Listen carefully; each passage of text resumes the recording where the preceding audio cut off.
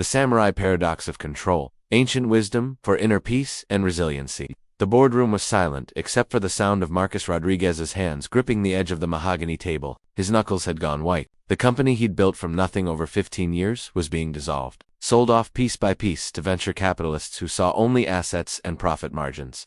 "We need your signature on these documents," the lead investor said, sliding papers across the polished surface. Marcus stared at them, feeling his carefully constructed world crumbling. He'd controlled every detail of this company, every hire, every strategy, every decision. Control had been his religion, his protection against the chaos that had defined his childhood. And now, despite all that control, everything was ending anyway. He sighed. Walking out of that building for the last time, Marcus felt something break inside him. Not his spirit, something deeper. The illusion that had sustained him for 4 decades, that if he just controlled enough, planned enough, worked hard enough, he could prevent loss. 2 weeks later, sitting in a coffee shop with nothing to do and nowhere to be, for the first time in his adult life, Marcus noticed a book someone had left on the table. The Hagakure, The Way of the Samurai.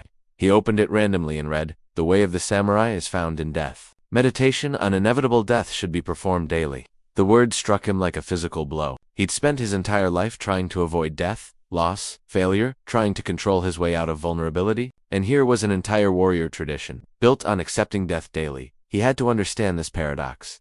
The master of letting go. 3 months later, Marcus found himself at a remote dojo in Northern California, having exhausted his savings to study with Master Ishida, one of the few remaining teachers of classical samurai philosophy. Ishida was not what Marcus expected. At 78, the master moved with fluid grace, but what struck Marcus most was his demeanor, utterly relaxed, almost casual, yet somehow completely present. "You are here," Ishida said, "not as a question, because you have lost control, and you are suffering because you believe you should have maintained it."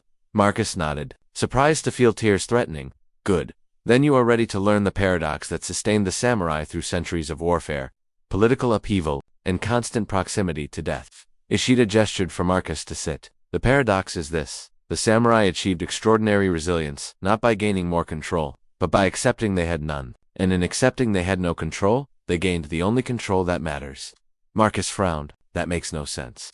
"Exactly. Let me show you." The circle of control. Ishida drew 3 circles in the sand of the garden, one inside another. The samurai understood reality in 3 circles. The outer circle, things you cannot control. The middle circle, things you can influence. The inner circle, things you can control. He pointed to the outer circle. Whether others' actions, death, economic collapse, the emperor's whims, war, peace, 1,000 variables beyond any individual's power. Most people exhaust themselves trying to control this circle. You did this. Yes. Marcus nodded, thinking of all the market forces, investor decisions, and economic trends he'd tried to manage. "The middle circle," Ishida continued, "contains things you can influence but not control. Your reputation, others' perception of you, the outcome of your efforts, your company's success. You can influence these through your actions, but you cannot guarantee outcomes." He tapped the innermost circle. "This is the only circle you truly control. Your attention, your attitude, your effort, your response, your virtue. This circle is small but absolute. The samurai focused everything here. But that's giving up," Marcus protested. "That's passive acceptance of whatever happens." "Is it?" Ishida's eyes glinted. "Let me tell you about Miyamoto Musashi, the greatest swordsman in Japanese history. He fought over 60 duels and never lost. Do you know his secret? Superior skill. He had superior skill because he had superior focus. Before each duel, while his opponents worried about winning, losing, their reputation, their legacy, all outer and middle circle concerns, Musashi focused only on what he controlled. His breath, his stance, his present awareness, his committed action. He could not control whether he would win, but he could control his complete engagement with this moment." Ishida stood and took a practice sword from the wall. This paradox, accepting no control over outcomes, while maintaining total control over responses, was the source of samurai power. "The practice of inevitable death come," Ishida said the next morning. "Today you learn the foundation of samurai resilience, memento mori, meditation on death." He led Marcus to a cemetery where generations of samurai were buried. They sat among the graves. Every morning, the samurai contemplated their death, not morbidly, but practically. They imagined dying that very day in battle, from illness, by accident. They accepted it fully, died mentally, then rose and lived. "Why?" Marcus asked, uncomfortable surrounded by graves. "Because death is the ultimate uncontrollable. If you cannot accept death, you cannot accept anything. You will spend your life in terror of loss, grasping at control you do not have." The samurai knew, accept the worst, and fear loses its power.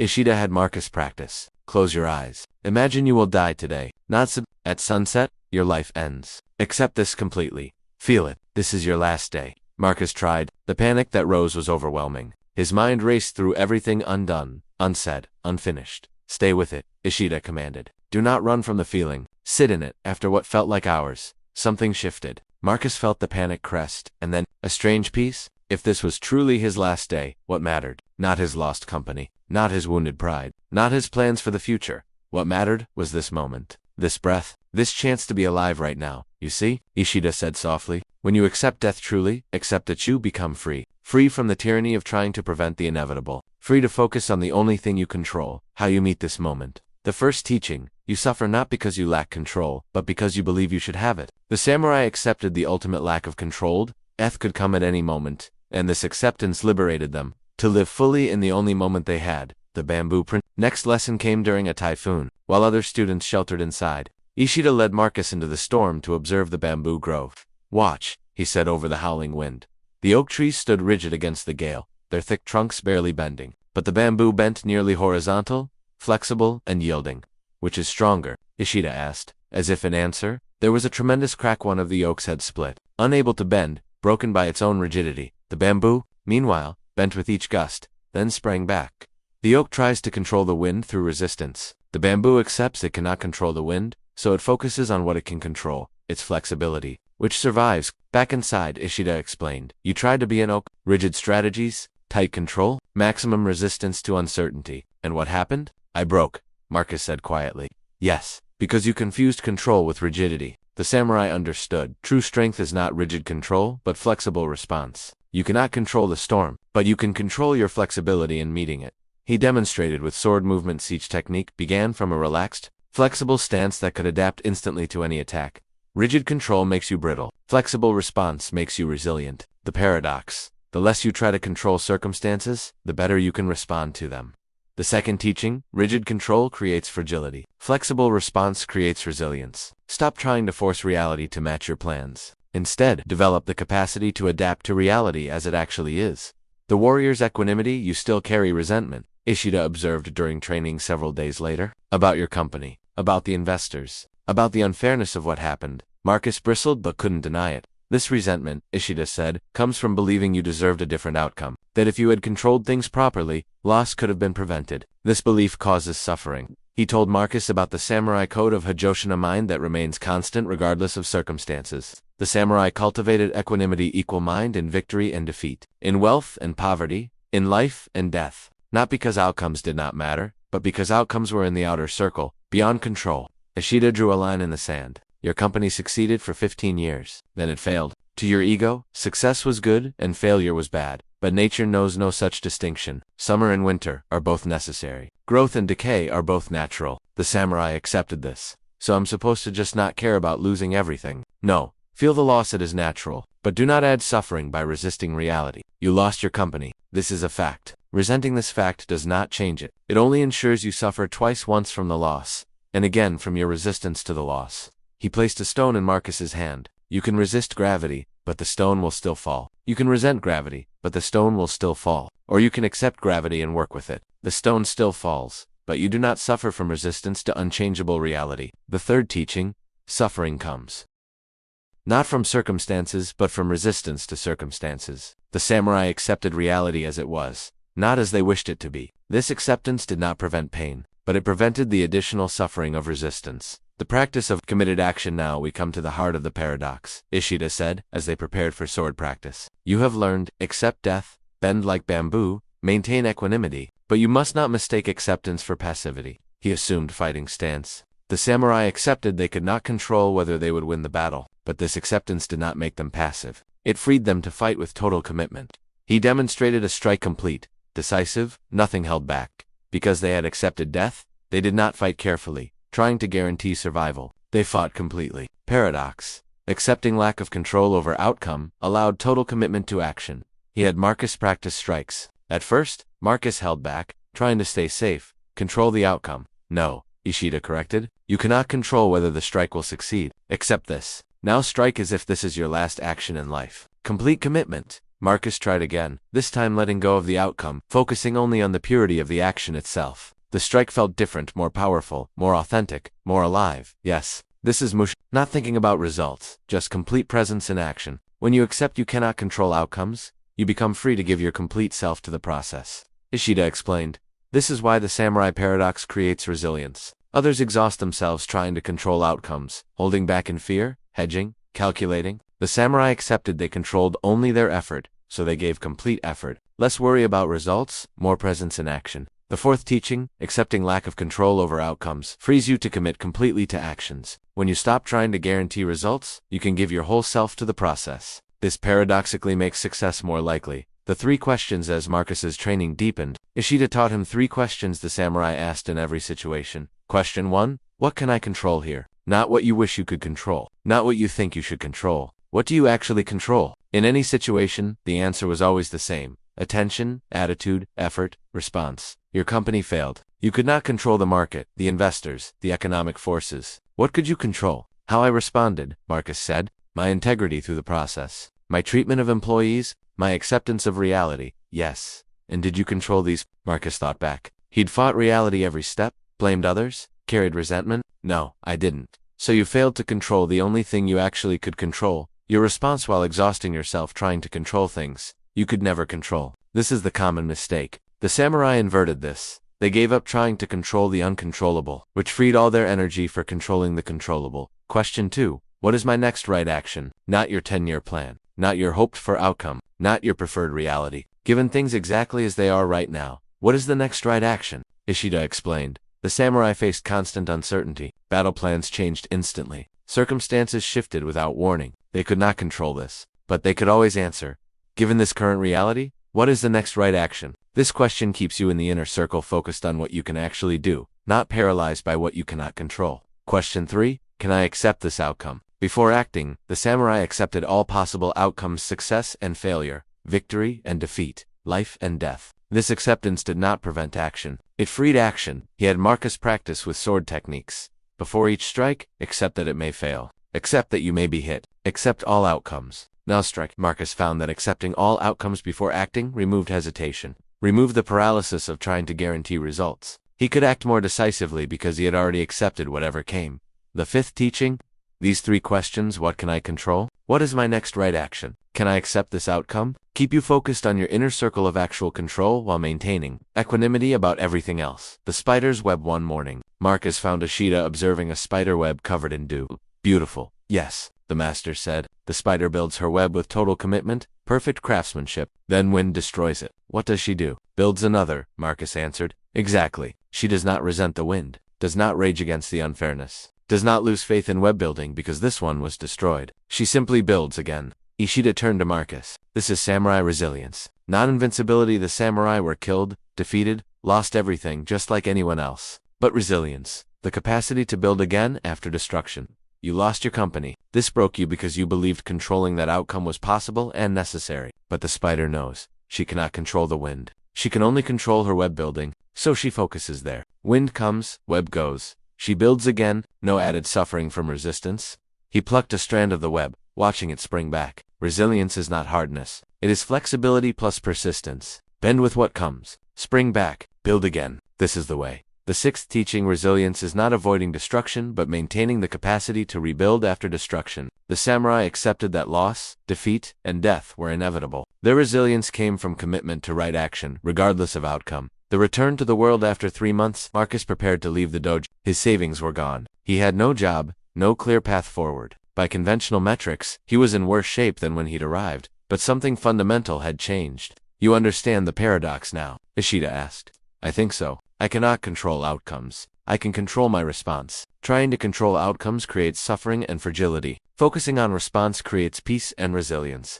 Close, but incomplete. The deepest paradox is this. When you genuinely give up control over outcomes, you gain the only control that was ever real. The control over who you are in the face of whatever comes. Ishida placed his hand on Marcus's shoulder. You could not control your company's survival. You never could, though you believed you could, which caused great suffering. But you can control whether you meet its loss with grace or bitterness, wisdom or resentment, growth or stagnation. The samurai were not invincible. They lost battles, lost loved ones, lost their lives, but they controlled how they met these losses. And that control, the only real control, made them legendary. He handed Marcus a scroll containing the 7 daily practices. The 7 practices of paradoxical control practice. 1. Morning death meditation, 5 minutes. Each morning, accept that you might die today. Feel it fully. Then ask, if this is my last day, how do I want to meet it? This acceptance frees you from the tyranny of trying to control the uncontrollable. Practice. 2. The 3 circles throughout the day when anxiety or frustration arises. Ask, what circle am I in? Am I trying to control the outer circle? Impossible? Am I obsessing over the middle circle? Influence only? Bring your attention back to the inner circle. Actual control. Practice. 3. The 3 questions before any important decision. What can I actually control here? What is my next right action? Can I accept all possible outcomes? Practice. 4. Committed action without attachment. Daily practice. Choose one task. Commit to it completely. Give your best effort. Then release attachment to the outcome. Practice the paradox. Total commitment. Zero guarantee. Practice. 5. Flexibility training weekly. Do something that cannot be controlled, only adapted to. Conversation with an unpredictable person. Creative work with unknown outcome. Anything that requires you to respond rather than control. Build your bamboo nature. Practice. 6. Equanimity practice daily. When something bad happens, pause before reacting. Acknowledge, this is reality. I did not prefer this, but it is what is. Can I accept this without adding resistance? Practice meeting reality as it is. Practice. 7. Spider's web resilience as needed. When something you built is destroyed, pause. Grieve if needed. Then ask, can I build again? Not the same thing necessarily, but something. Practice the spider's wisdom. Accept destruction. Return to building. These practices, Ishida said, train you in the paradox. You will forget constantly, this is natural. You will try to control the uncontrollable, resist the unchangeable, guarantee the uncertain. When you notice, simply return to the practices. This is the way. 6 months later, Marcus sat in a small office, nothing like his former empire, but sufficient. He was consulting now, helping other entrepreneurs navigate business challenges. The irony was not lost on him. He was more helpful now, having failed and learned, than he'd been in the middle of his success. A client sat across from him, panicking about market conditions beyond his control. I need to know this will work. The man said desperately, I need to guarantee the outcome. Marcus recognized himself 6 months ago. You can't, he said gently, and trying to will exhaust you. He drew 3 circles on a notepad, but here's what you can do. As he taught the client about the circles of control, about committed action without attachment, about flexibility and equanimity, Marcus felt something unexpected. Peace, not the peace. Not the peace of having everything under control. The peace of accepting he never had and never would have control over outcomes. But he did have control over his response, his effort, his integrity, his flexibility. And that was enough. More than enough. It was everything. The letter 1 year after leaving the Marcus wrote to Master Ishida. Master, I have been practicing the paradox daily. Some days I remember, some days I forget and fall back into trying to control outcomes, resisting reality, demanding guarantees. But I notice something. The days I remember are entirely different from the days I forget. On remembering days, I wake up and accept I might die today. This sounds morbid, but it's actually liberating. It puts everything in perspective. I focus on my circles of control. I ask the 3 questions. I commit completely to actions while accepting all outcomes. I bend like bamboo when circumstances change. I maintain equanimity whether things go well or poorly. And on these days, I feel powerful. Not the false power of thinking I can control everything. The real power of knowing I can control the only thing that matters. Who I am in the face of whatever comes. On forgetting days, I fall back into old patterns. I try to control client decisions, market forces, others' opinions. I resist reality when it doesn't match my preferences. I hold back from commitment because I'm trying to guarantee outcomes. I'm rigid when I should be flexible, and on these days, I feel powerless, anxious, brittle, exhausted. Same external circumstances. Completely different internal experience. The difference is the paradox. Accepting lack of control creates the only control that matters. I now understand what you meant. The samurai were resilient, not because nothing could hurt them, but because they had accepted that everything eventually would, and that acceptance freed them to meet each moment with complete presence and committed action. Thank you for showing me that the thing I feared most, losing control, was actually my liberation.